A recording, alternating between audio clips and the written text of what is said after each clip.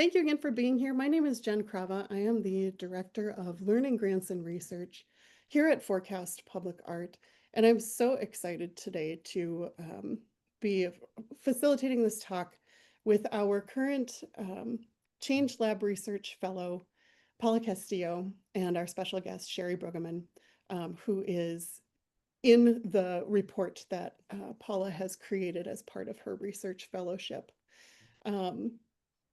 This talk is being recorded. We will make it available to you after today, so watch for that recording. We are going to use the Q&A feature today for our questions and answers.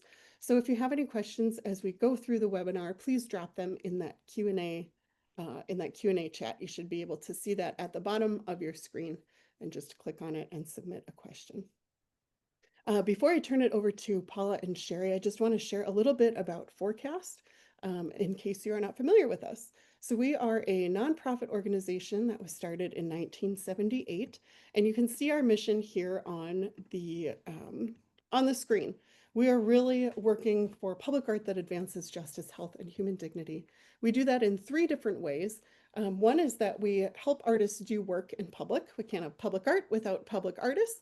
We've got a great grant program for artists who are based in the geopolitical boundaries of the state of Minnesota and Native nations that share the same geography to do projects or professional development activities. And then we also have a nationwide training program called Making It Public for artists and arts admins who are interested in moving into public art but have very little experience. We also work with folks on a lot of creative public art projects. We help people find artists. We work on arts and culture master plans and public art master plans. So we love to partner with folks of all different sectors and work on creative public art projects. And then we share stories and learnings and create toolkits and resources through our digital publication called Forward. Our most recent issue just came out. It's not the one that you see on the screen here, but it is about civic engagement and civic health, and that is live on our website. I can drop a link for you. But we've got 8 different issues of Forward that feature different projects across the country and the world that really share how artists are tackling the biggest issues of our time across sectors. It's a free publication. All the issues are on our website. So this program that we're doing tonight is part of our Change Lab, which is really where we look at public art across the country and try to break the status quo of what is happening so that we can create more access to public art and create a more just field. Paula, again, is our 3rd research fellow, and each one of our research fellows investigated a different topic in relationship to public art. So tonight we're talking about Paula's research about climate resilience. Our first research fellow, Amina Cooper, looked at access to public art for Black artists and arts admins across the country. And Jessica Mehta was our second fellow, and she looked at Indigenous visibility in public art. So now Paula is sharing her report about public art's intersection with climate resilience, and I'm going to turn it over to her to introduce herself and get us started. Hello, everyone. I'm Paula Castillo. I apologize that I'm really pink. I'm in Alaska in my son's house, and he's got this UV lamp right here. So I hope it's not too distracting. I'm really honored to join you today as a Change Lab Fellow with Forecast. I'm a rural artist based in the arid Southwest, and my practice has long lived at the intersection of climate resilience, community-based, public-facing art expressions, and under-resourced communities. In fact, that's what drew me to Forecast's Visionary Fellowship. Throughout 2024, my research focused on how public art, especially when shaped by local knowledge, trust, and care, can serve as a tool for making climate risks more visible, bridging across experiences and worldviews, and supporting communities as they navigate uncertainty. This inquiry is rooted in my own lived experience shaped by decades of witnessing water stress, environmental shifts, and the adaptive creativity of communities too often excluded from dominant narratives. Thank you so much.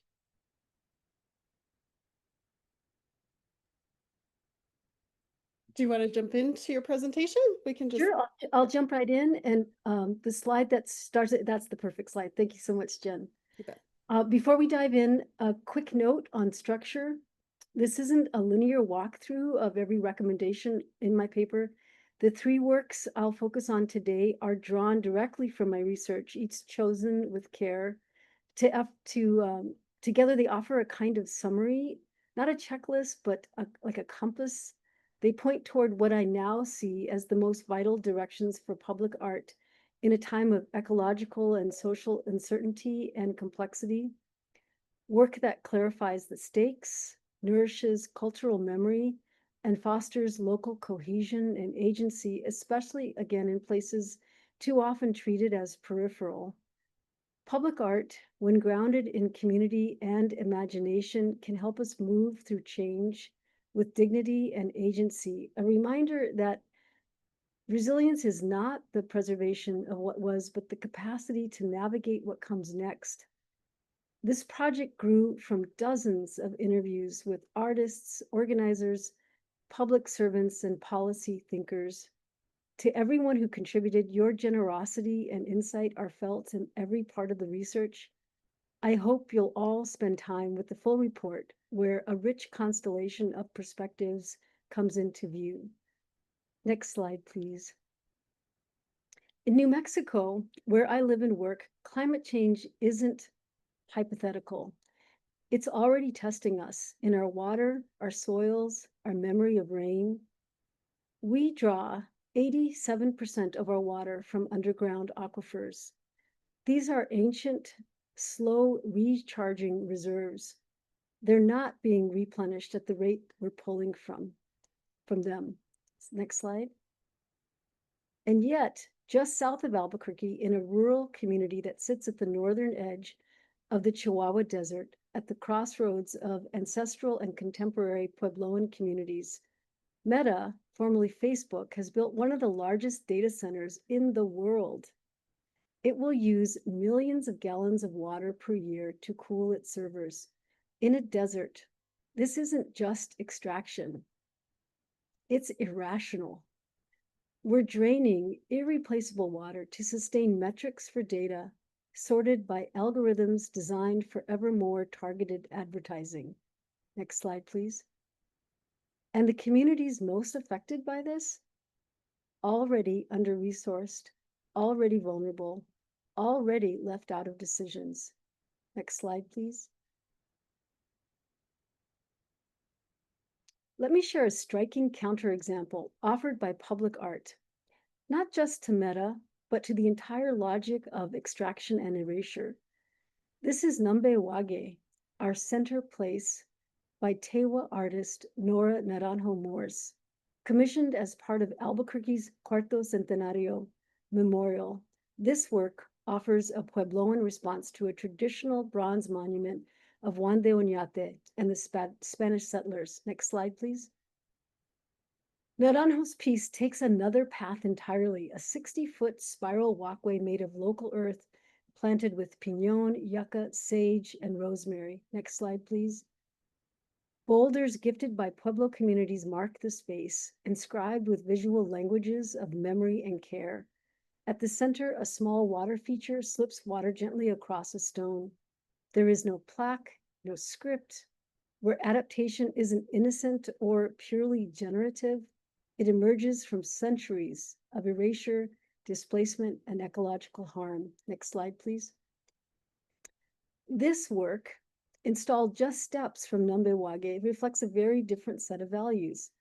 It memorializes Juan de Oñate and early Spanish colonists, whose legacy includes not only violence against indigenous peoples, but the forced reordering of land, water, and ecological systems, and follows a more conventional public art checklist designed for permanence, durability, and ease of maintenance.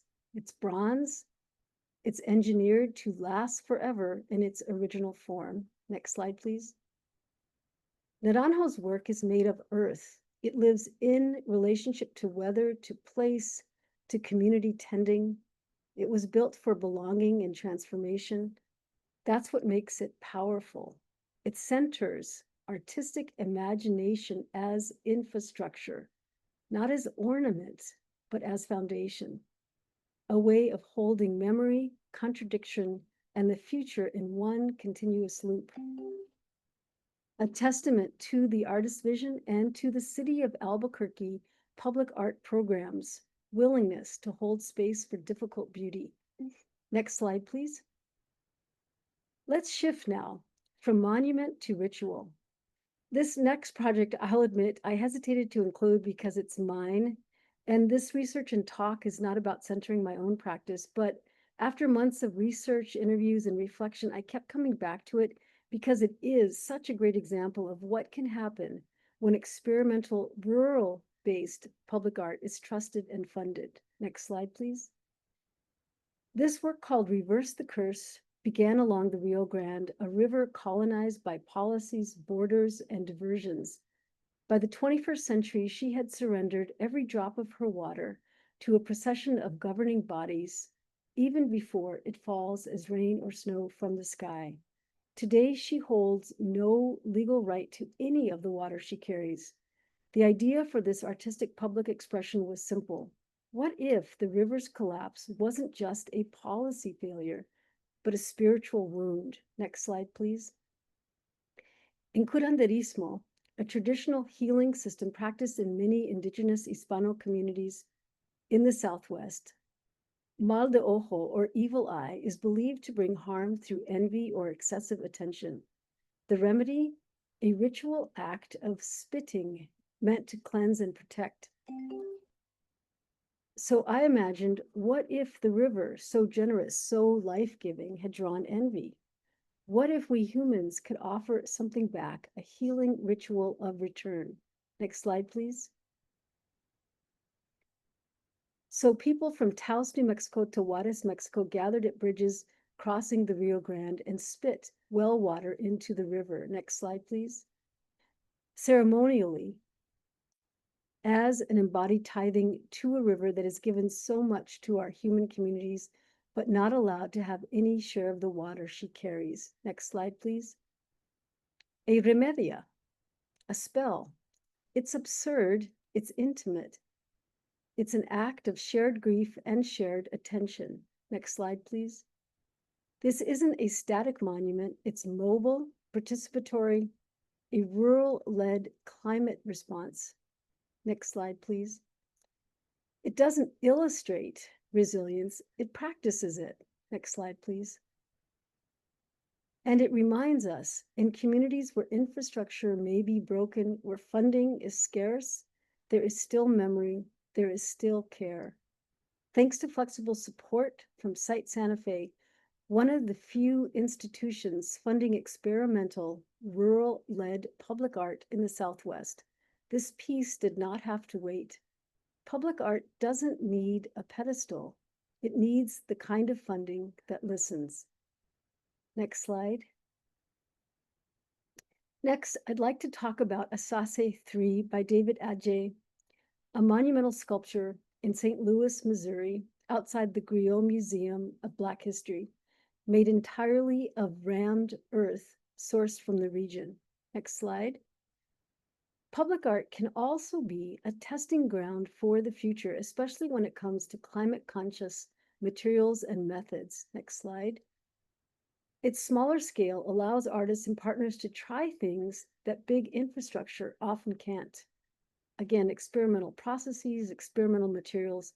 It's a perfect site for innovation that's visible, tangible, and built at human scale. Before I continue, I do want to acknowledge something difficult. Since this work was installed in 2023, Adjaye has faced serious allegations of misconduct. These claims have led several institutions to pause or end their collaborations. I share this because accountability does matter, but my focus here is on the work itself and how it models a powerful kind of partnership between art, material research, and community conservation. Next slide, please. Asase means earth in Twi, and the sculpture bridges West African traditions with contemporary ecological design. What's especially powerful is what came with the sculpture. Next slide, please. a 2-year Mellon-funded conservation fellowship to study the rammed earth materials performance and to train an early career conservator. This is how public art can move from symbolism to systems, from the lab to the landscape, from legacy to future-facing experimentation. But for that to happen, we need cross-sector partnerships, adaptable building codes, and funding structures that trust artists to lead, not just to decorate. Next slide, please.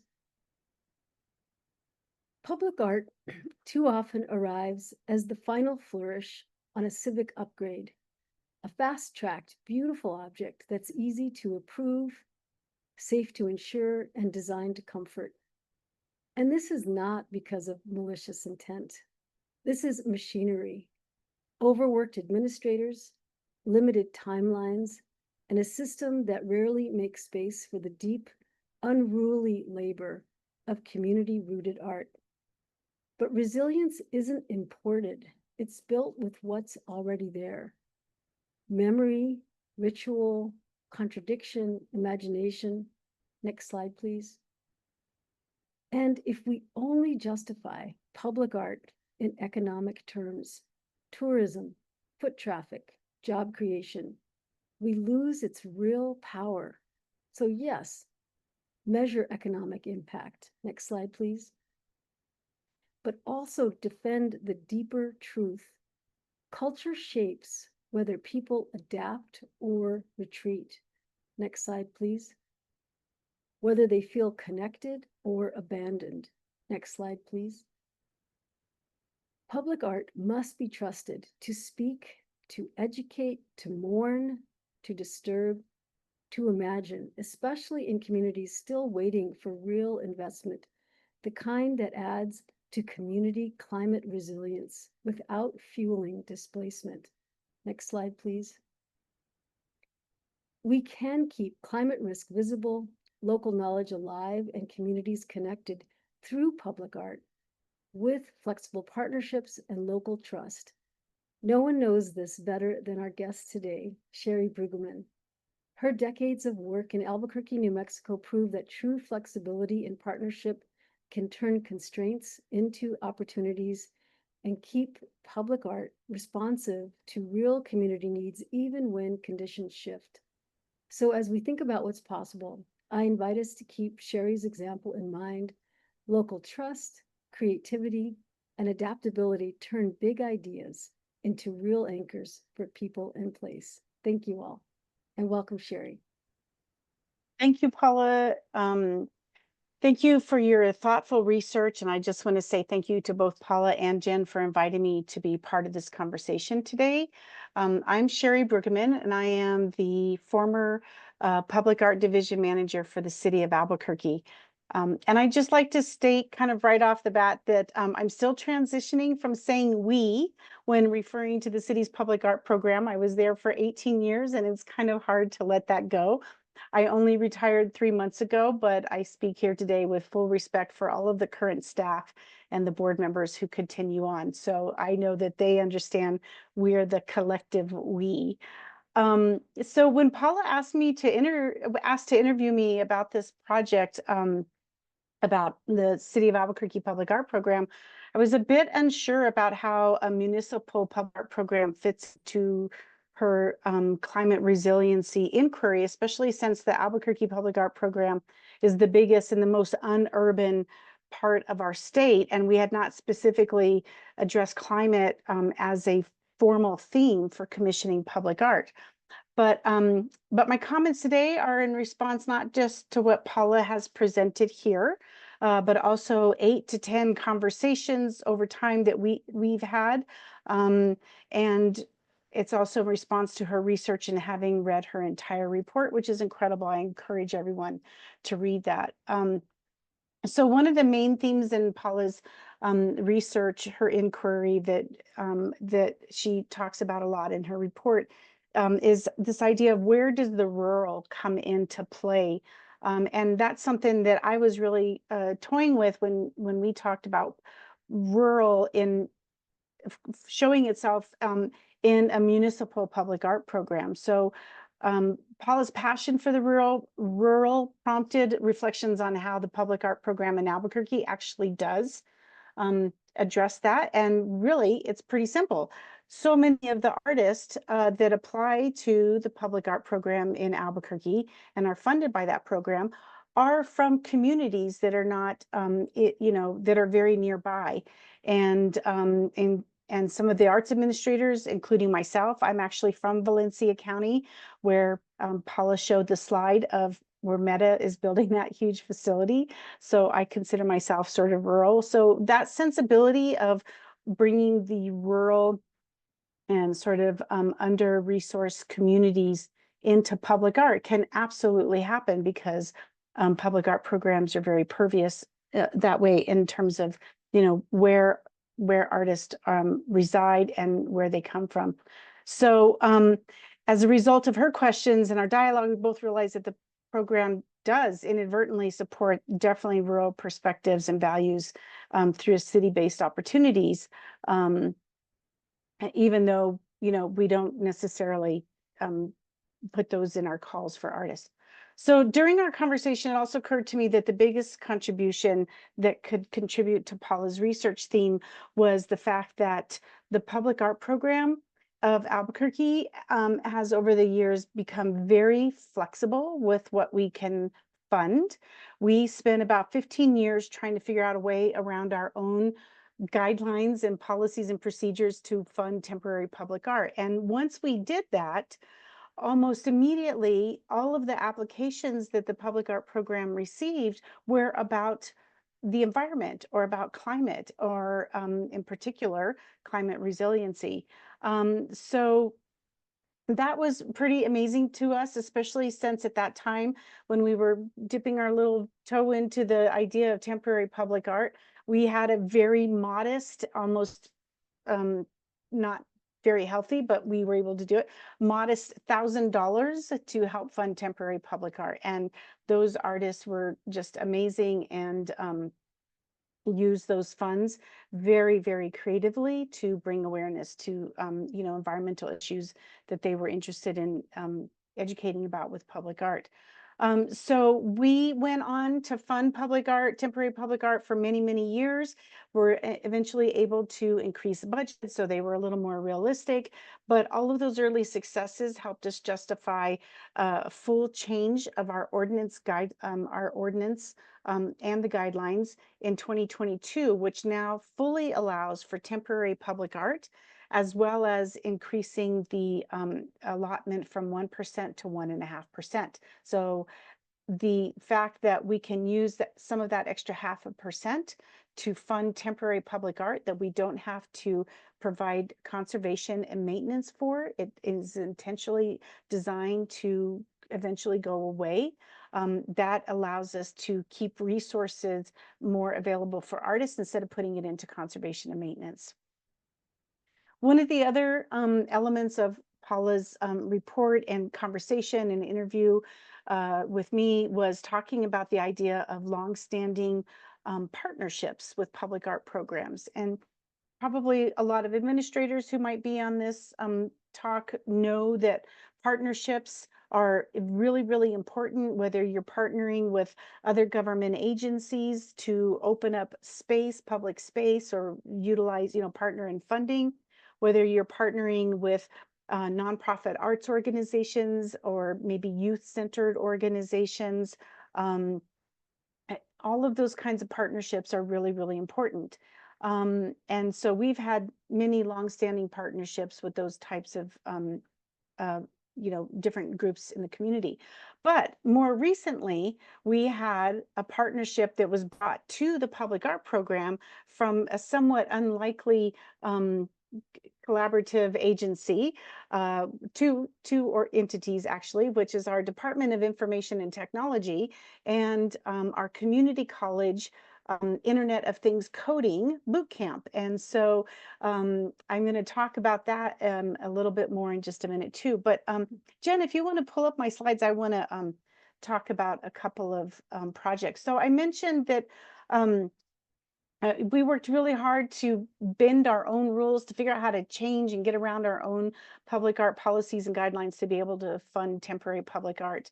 And this was one of the projects that was of the first group that we were able to fund. And the artist is Naya Lee, and it's just a whole series of these cast and carved different types of rodents that you could see around any sort of New Mexico landscape, including the urban environment. They were unfired clay carved and cast rodents, and they were intended to disintegrate, maybe get broken, just to sort of draw to attention that the wildlife is experiencing limited resources as well. Many of them, the artist placed them at bus stops, she placed them at civic plaza, she placed them at all different places around the city. They were actually so adorable. Many of them were picked up and probably taken and given a home somewhere else. But there were quite a few that lived in the public space, the public realm for quite some time. And so this was just this was the very first project that we funded under those temporary public art guidelines, and spoke to exactly the type of things that Paula's research project was about. So next slide. This is a project by Thomas Sayer. It's called Water Standing.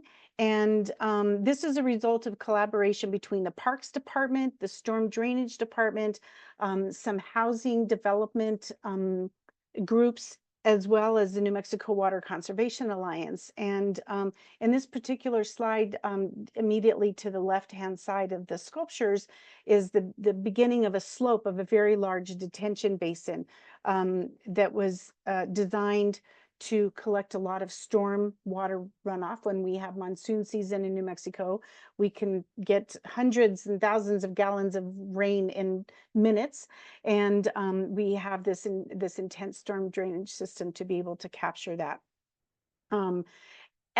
Additionally, when the project first got started, the Water Conservation Alliance had partnered with the housing development to hopefully capture gray water from the apartments that were right next door to the sculpture, and have that water go into the detention basin to help provide habitat for local wildlife. Unfortunately, the environmental clearance didn't come through to capture the gray water, but it does still capture storm runoff. And so, Joan, if you want to do the next slide. This is a view of the sculpture from the ground level.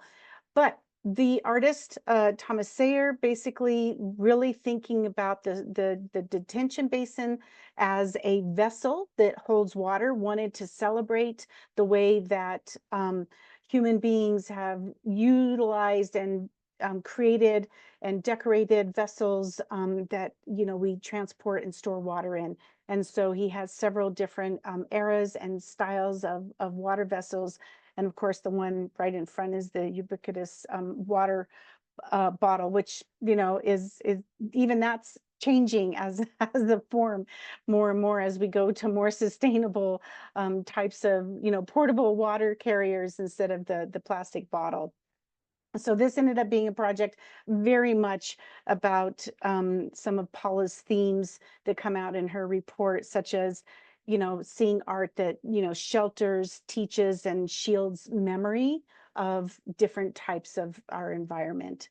Next slide. So the next couple of slides are quick shots of artworks, again, temporary artworks that were funded by the Albuquerque Public Art Program, but they are all the result of artists taking a 10-week intensive Internet of Things coding boot camp where they learned how to harness data and use technology to make things happen. So this is Celestino Crowhill, and this is basically a rammed earth weather lab. And it's sort of a weather beacon, and it's specifically designed for water mitigation. It's designed to be able to put out in a rural environment. It can help identify humidity levels, increase in humidity levels, and either make sounds or light up lights, and provide thunderstorm warning in rural communities. It can also measure rainfall by touching capacitive sensors that use a simple sort of negative positive charge to complete the circuit, and the dripping water is what makes that charge complete. Okay, next slide, please. Okay, this is a project by Adrian Pujon, and this is his indoor installation. In the little green box with the beautiful little design on it is a plant. It's sort of a rubber tree plant that has sensors attached to it, and so the sensors do a similar thing as Celestino's work, where it completes a circuit, and it sends plant signals through a processing system that then Adrian has converted into sort of an algorithm that creates plant dreams. And so this, the algorithm and the program feeds the video monitor. So these are not actual symbols or, you know, signs that are coming from the energy of the plant, but it's converted through a graphics program that turns them into plant dreams. So next. This is another shot of the plant dream, and I just love that Adrian's algorithm happened to pull in a UFO as one of the things that a plant might be dreaming about. Okay, next. Okay, and then this work by Viola Ardwani is a sensor-based sort of data collection artwork. This is her gallery exhibit. It was designed to be a very, very large installation on the side of an outdoor building. But basically, the blue panels to the blue sections on the left-hand side is connected to a sensor that gets data from the Rio Grande River every 15 minutes on the water flow that flows through the very river that Paula was talking about earlier. And so it lights up according to how much water is flowing in the river. Now, every 15 minutes is a lot to collect that information, and it doesn't change that much. But in the course of about 5 weeks, while this piece was in the public art gallery that we have in City Hall, those little blue pods lit up, some all the way, and then on some days there was hardly anything that lit up at all. The feather pods on the right-hand side were designed to also collect data, but it was to collect data from bird migration. So at certain times of the year, when there's high migratory bird traffic that goes over the Rio Grande Valley, these little pods were designed to flutter and create sort of some movement to let you know that there would be a lot of birds flying over Albuquerque. And so again, using data and technology to provide information about what is going on in our natural environment and how wildlife is interacting with our natural environment. Okay, and then next, I think that's the last one I have. Yeah, so I just wanted to share a couple of examples of things that actually came to light, and I wouldn't have necessarily thought about them that way if Paula hadn't asked so many of those really deep, probing, rich questions about how the public art program works and the effect that it can have on artists that want to do this kind of work. Amazing. Thank you so much, Sherri, for sharing all of those great projects. And thank you so much, Paula, for sharing about your research and what we might find in the report. I did drop a link to the report in the chat, so please download that and take a look. There are a couple pages of recommendations at the beginning, which are really interesting as well. So we've got some time for some conversations. If you have any questions for Paula and Sherri, please drop them in the Q&A and we'll make sure that we get to them. But I just, oh, go ahead. No, I just want to start out by asking, you mentioned, Paula, that arts admins are stretched pretty thin. And I think that's probably the case with a lot of artists as well. So would you both mind talking a little bit about how do we move these really important initiatives forward around climate resilience as related to public art when both arts admins and artists are stretched pretty thin? Paula, you should go first. Um,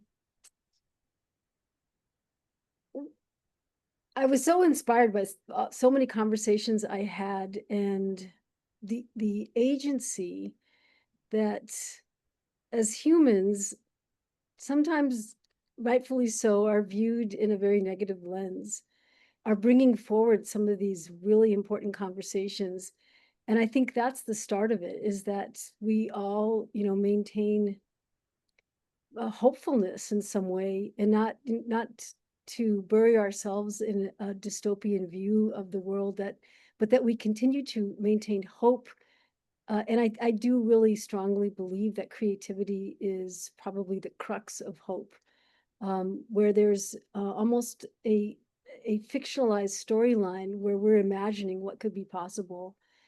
And I was, as I mentioned, so moved by my discussion with Sherri, in particular, because somehow through her efforts, she had managed to run this incredible long race, with all of the legalities and all of the bureaucracies inherent in working a civic position, to, I don't know, like to jump over hurdles and to be extremely open-minded, almost without agenda, to the possibilities of funding, um, as well as being extremely open to artists' perspective, and to look at, again, as artists as leaders, not just decorators, or not at all decorators, but artists as leaders in establishing how we can look at the world, and really trusting and valuing in that.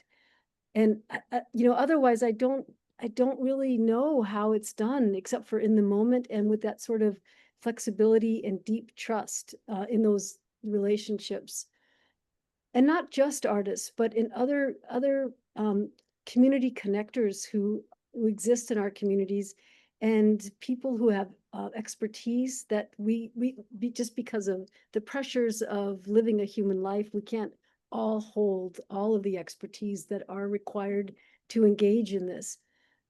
And, again, being very open to partnership ideas, um, where people are all contributing something to a common good. Yeah, thanks, Paula. I have thought about this question a lot too, because I know that, so many times as a public art administrator, you just have your nose to the grindstone. You are just, doing everything you can to get contracts through, to get artists paid, to make sure that the foundation is approved, or whatever it takes to make sure that a project is going to happen. That a lot of times, unless you're like you very strategically plan some sort of a retreat, where everybody can get away from their day in and day out work and really think about like visionary sort of things. It's hard to do that. But I think um, the most important thing that I could recommend for artists and arts administrators, first of all, for arts administrators, is to know your policies so well inside and out, that you know when and how to break them, how to go around them, how to when the time is right to get them changed, and how to support artists in spite of what your limitations might be, and build um, as much as you can with those little successes. I mean, it took Albuquerque 15 years to change a policy that said no temporary public art. But it was worth it. We really strategically worked on it as staff for about 6 years. We worked on it for another 2 years with the board and got them ready. And the minute that opportunity happened, we pounced, and it worked. Amazingly, we had all 9 city council members vote in favor of that change. We did not have one dissenting vote. So that was pretty amazing. But on the other hand, for artists, I would say too that starting with your hopefully your local public art program, because that's who's going to know you the best and you're going to know that area the best. But, other public art programs, other places around the country, bringing your ideas forward to see how, how a public art program can support you and your vision. And maybe it's not going to be able to be completed exactly the way you imagine, but at least you can start that dialogue to see what can be completed and what can you can build on together. And like Paula said, that not everybody has to know all of the all of the information. Like I would not consider myself anybody who knows anything about, where to find climate data and any of that kind of stuff. But if an artist knows where to find it and they want to do a project around it, my job is to make sure that they have the funding and the support and the mechanism to do that.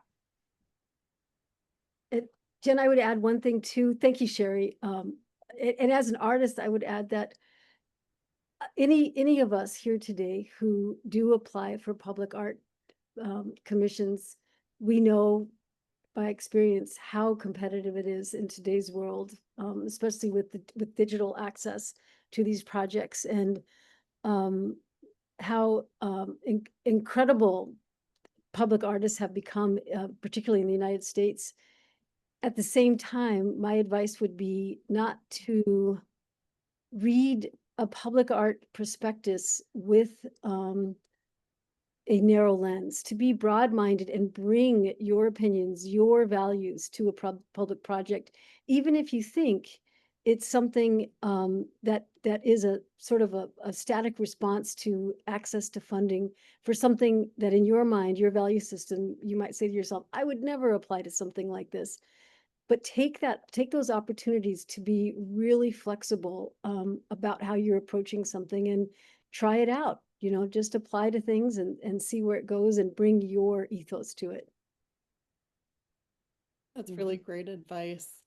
And you mentioned something about well, I'll just say that there are folks out there that do not believe in climate change or that we're undergoing any sort of climate risks or that we need to think about climate resilience.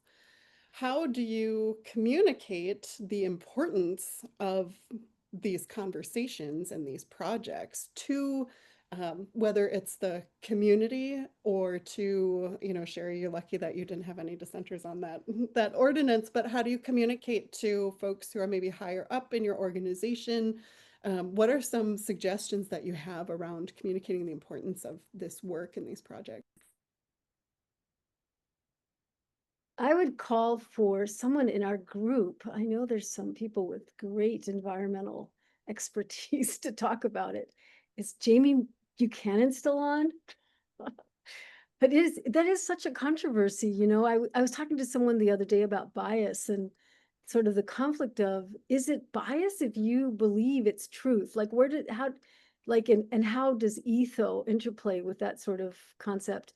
The closest I've ever gotten to, and those folks who, unlike myself, don't quite believe that there is human-induced climate change. I think most people believe that our climate is variable and has changed over time.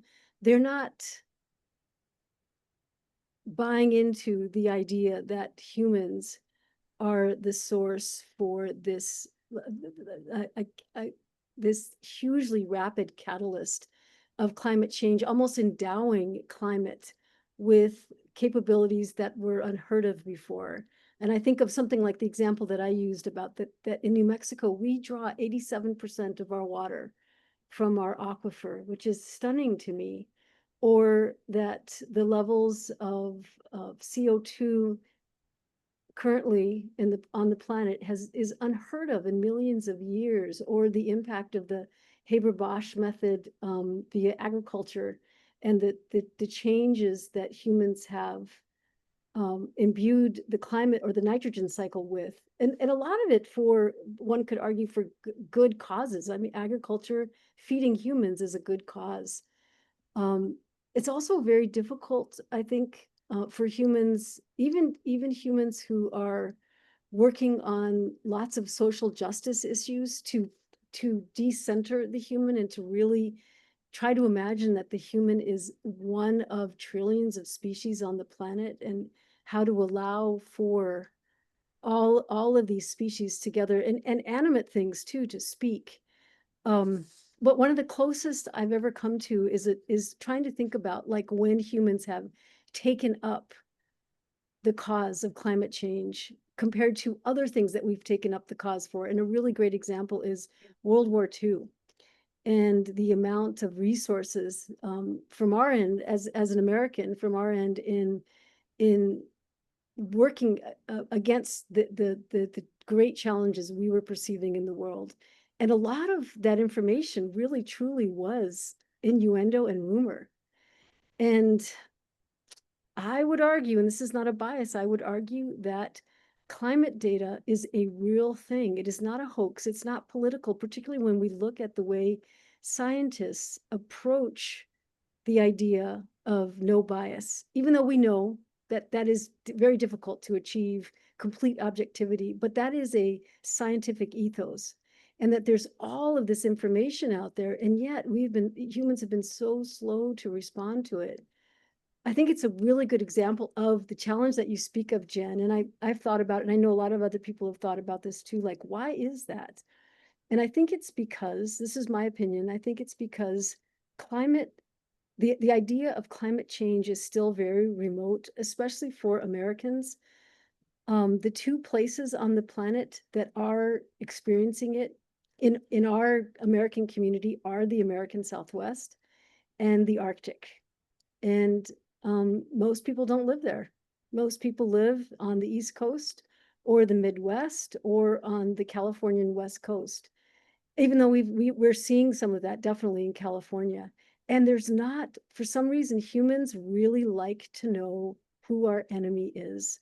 And it's a very ambiguous enemy. So the only thing I can think of is when we talk about these things with people that, and it's going to become, I think, harder and harder too, with access to information about climate.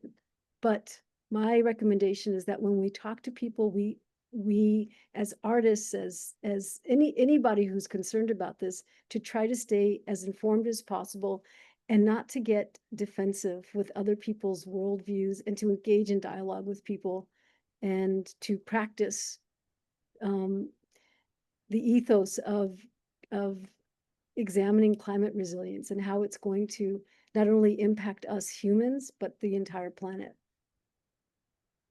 So, Jen, but I think I got the gist of it. And I just want to share that, when arts administrators have the luxury of being able to see all of the applications that come in for a public art project, and this is true regardless of what the theme is, it's really sort of the public art project that is able to address whatever the theme is with the most interesting sort of like wow curiosity, a way of addressing the theme. So so you can get, when we had the exhibition in the gallery, the IoT exhibition in the gallery, we had a couple of people come in and make some comments about, oh yeah, well, this is just, whatever, climate change, I'm whatever, mumbling, right? But when you start talking to them and say, wow, but do you realize that these are lighting up based on data that comes from the river every 15 minutes? And isn't that amazing that we can get data from the river every 15 minutes?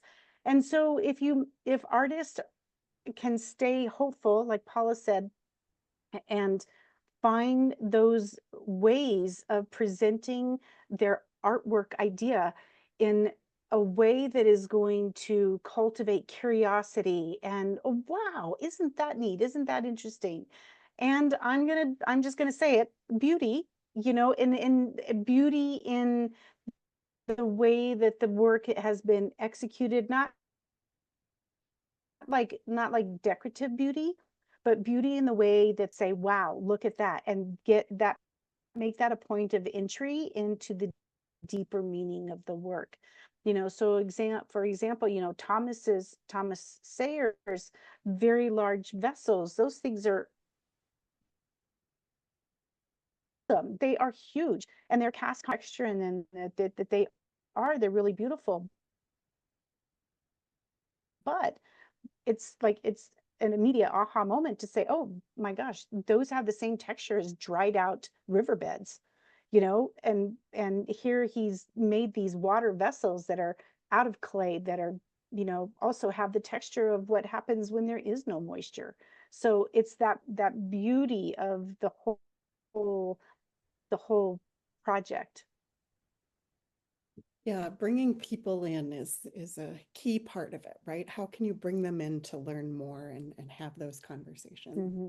We've got 2 questions in about 9 minutes yet. So the first one is for you, Paula. You mentioned a Mellon-funded project that included money for emerging conservators. Do you know more details about that grant, or will you just mention the project again and share what you know about how that happened?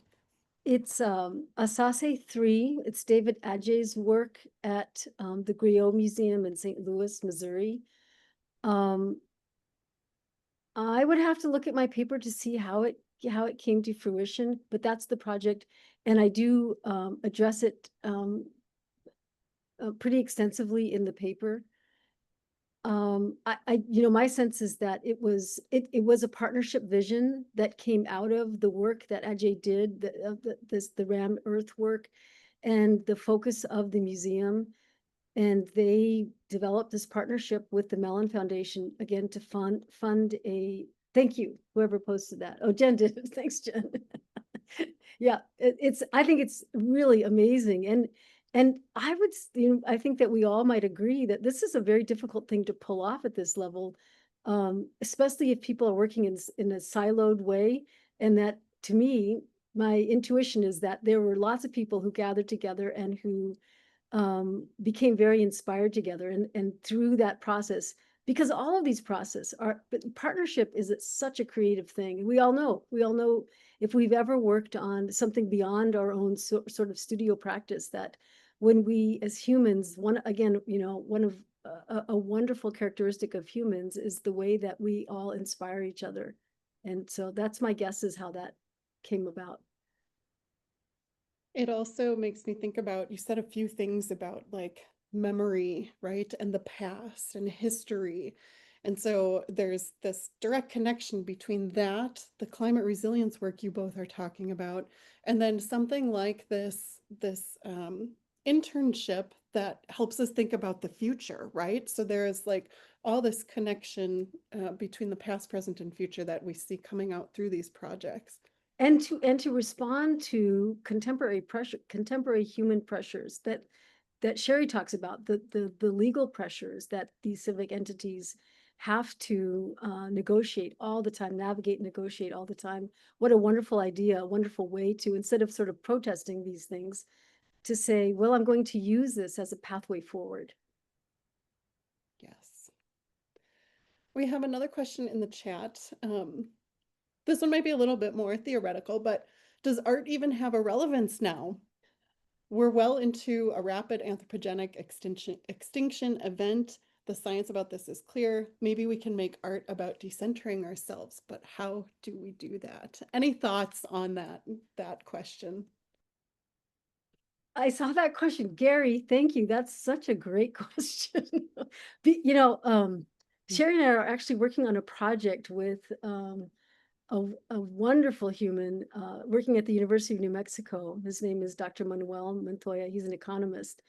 And for various reasons, one of them including that his home community in Mora, New Mexico, centered the largest wildfire in the state of New Mexico recently. And he had previous to this fire, where he actually rescued his mom and shattered his ankle, all these very personal things. He would go to economy forums in the summer.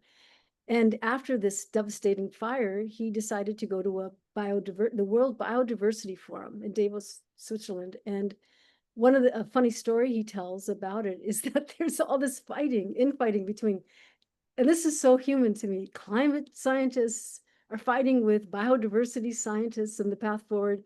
And all of them are complaining about, why are we even talking about art? We have no time to talk about art. We've got to get to the work. And so I think it's a very timely, brilliant question.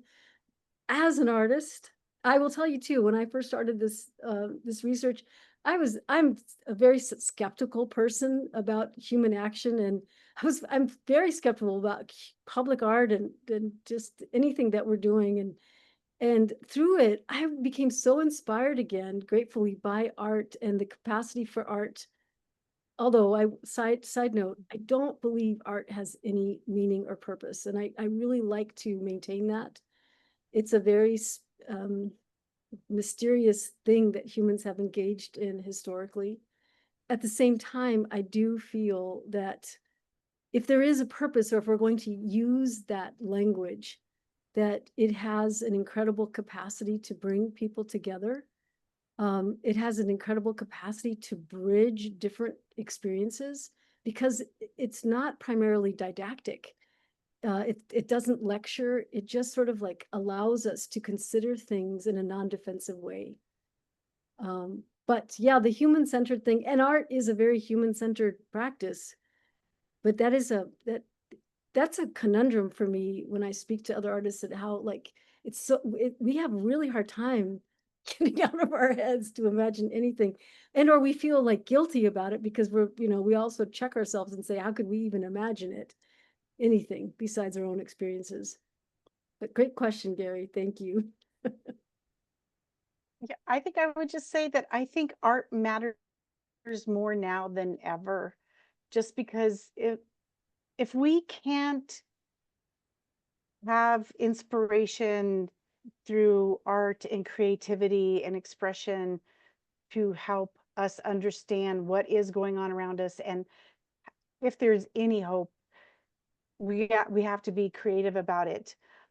We can't not have art. I think it's so important also, because it's like, like all the memes you see on social media or whatever, that joy is an act of resistance. Well, art is an act of resilience. And so I think that it is very important. And can we decenter ourselves? I don't believe we can, but there are artists who are, using these themes to at least bring attention to other species that are also being impacted by, by this change of biodiversity. So, yeah, please don't stop making art. Yes, that is a great message. Art is so important. Please don't stop making it. It makes our lives more interesting, right? We could have an hour-long webinar just about this topic, right? But we are at time, so I just want to extend my thanks again to Paula and Sherri for being here today and for sharing the amazing work that you both have done. Thank you so much, Paula, for writing your report and sharing that with us as well. I'm just going to pop up this slide with our contact information in here one more time as I run through the slides backwards for you. But if you have any questions, please don't hesitate to reach out. We'd be happy to continue this conversation. Thank you very much for joining us. And yeah, we will see you next time. Thank you both. Thank you.